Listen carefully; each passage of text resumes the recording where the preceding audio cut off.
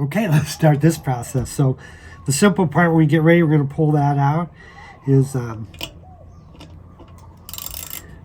let's just get these nuts off of here. Get them all out of the way. Some of them have the little clips too, you know that. And I took out, I had a little grounding place I had drilled in the wall to ground this one out. It was the old school, but yeah, you can see how jagged that edge is. But anyway, I've saved this one. We're going to save it again. So we'll just take all these off. We'll do a container here. That way we won't lose any of our doodads. Okay, almost done here.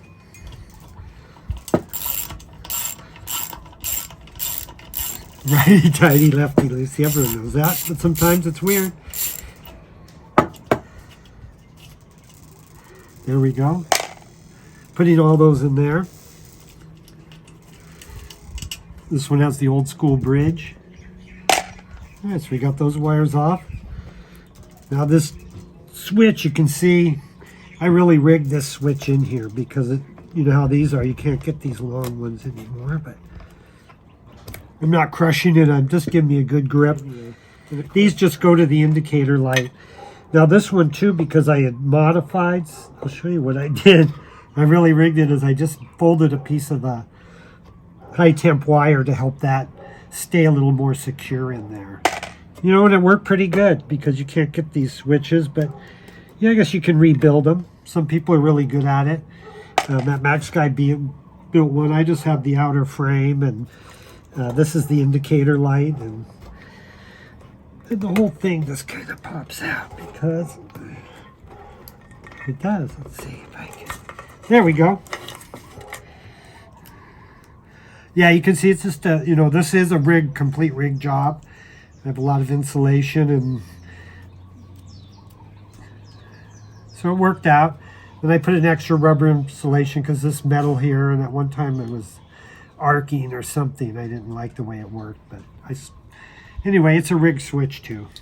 So we're all prepared, and we're going to take this baby out. Let's get this out too while we're...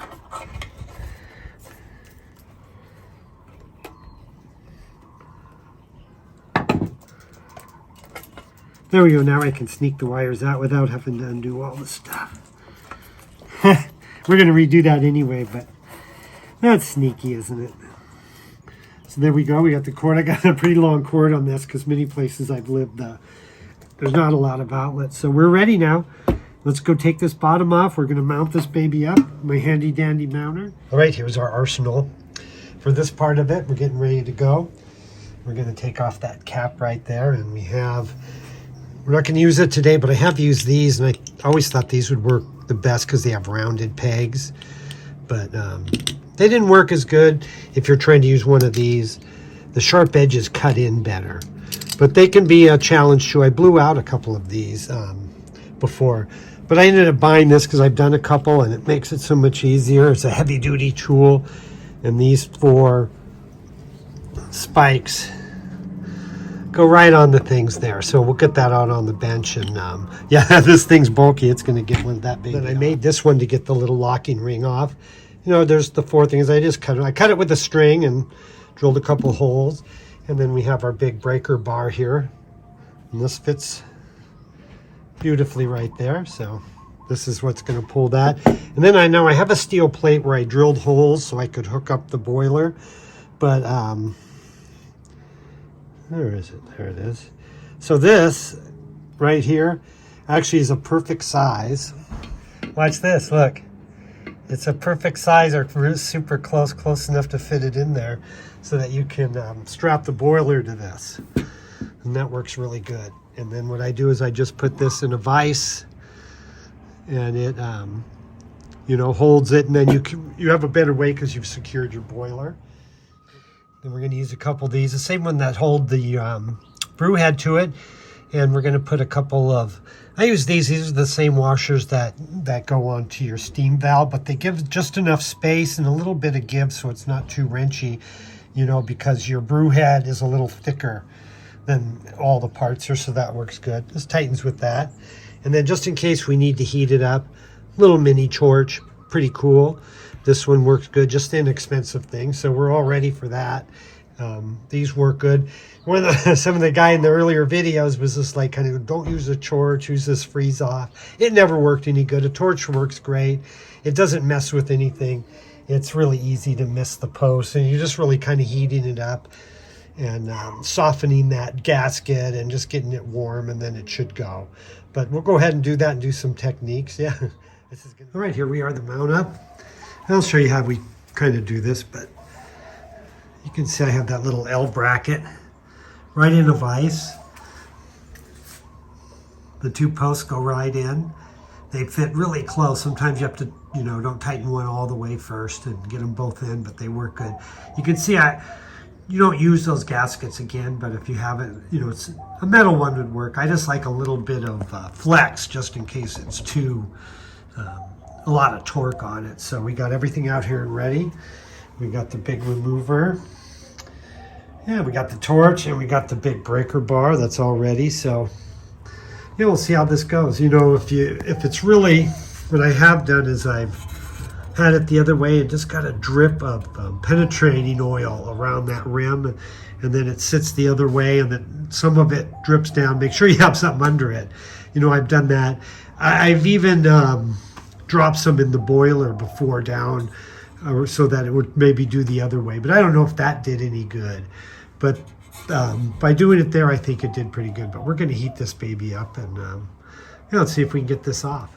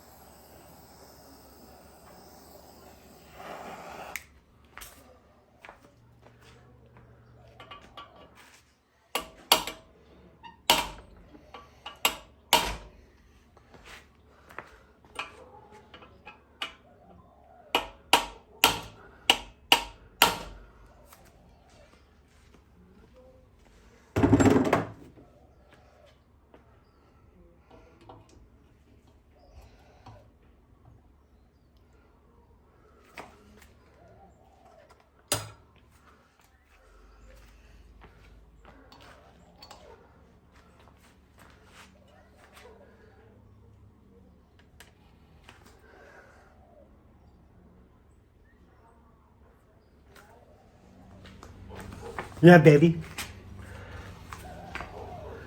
There she goes.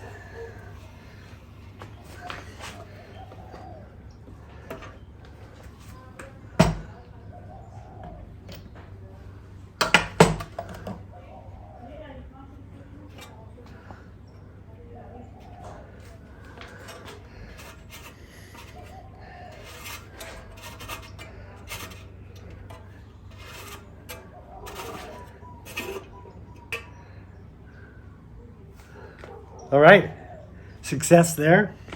We got it off. That was pretty good.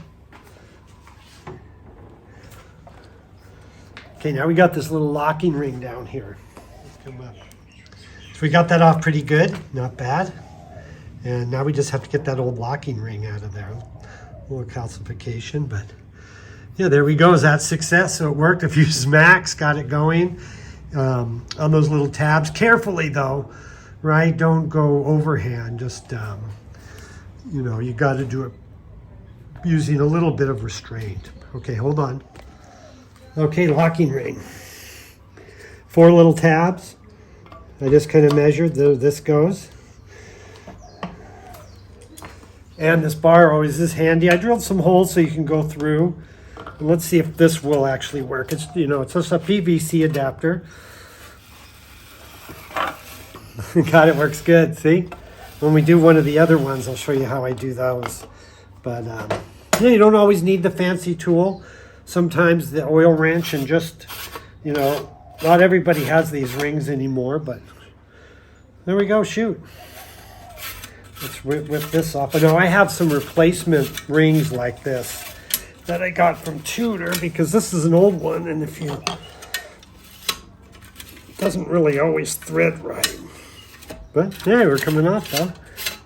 This one kind of does, but they always go on jankety later like this one. Never, come on up in there, boy. There we are. Yeah, there's that old ring. I have one of the new ones from Tudor will go on, so we got that off. Spacer gasket. We'll probably put a new one on. You could probably use this one's probably brittle as heck, but we'll use that. There she is, the oldest bottom, and not the oldest in history, but I like it. I'm gonna maybe repaint, and yeah, see that one's brittle. They've been on heating up for a long time, but I'll get that last bit off too. In fact, right, well, there goes another piece, and this might be the only stubborn spot, but we'll get that later too. So success again happened, and we got that boiler off. The base, we got our tool, and that's about it. Now we just remove this. Is it going to be hard? Yeah, maybe it is. We just loosen these babies up. Pretty good. So there she is. The old boiler is off. We're going to just throw those gaskets away because they were just, they got pretty smashed, but you know, something like that works good because I had some extra just because I'm lazy. So yeah, there we have it. Gaskets, rings off, everything. Heating element off. So now we're going to reseal it. And yeah, you can still see where it kind of just leaked a little bit right there. But I think we'll get a better seal this time. Yeah, you can almost just see a tiny spot on that gasket where it didn't quite, I don't know.